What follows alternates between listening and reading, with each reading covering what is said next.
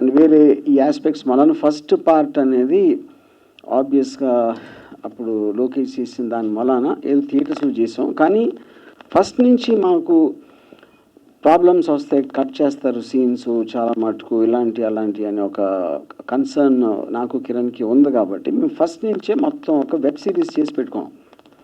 Web series అనేది current యాక్ట్స్లో రాదు కాబట్టి. సో దాని మూలన వీ టుక్ ఏ డెసిషన్, శపథం అనేది థియేటర్లో కాకుండా డైరెక్ట్ అన్ని ప్లాట్ఫామ్స్. ఇప్పుడు ప్రస్తుతానికి ఏపీకి సంబంధించిన కథ కాబట్టి ఏపీ ఫైబర్ నెట్లో రిలీజ్ చేయడం జరిగింది. ఇప్పుడు నుంచి మళ్ళీ మిగతా అమెజాన్స్ టోటల్ ఎన్నైతే ఉన్నాయో అన్ని ప్లాట్ఫామ్స్లో ఒక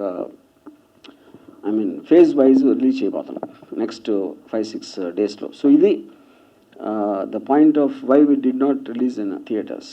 ఇకపోతే సినిమాకి వచ్చేసరికి ఇప్పుడు నేను ముఖ్యంగా కాన్సన్ట్రేట్ చేసింది ఈ ముగ్గురు క్యారెక్టర్స్. అది జగన్ గారు, సిబిఎన్, పవన్ కళ్యాణ్.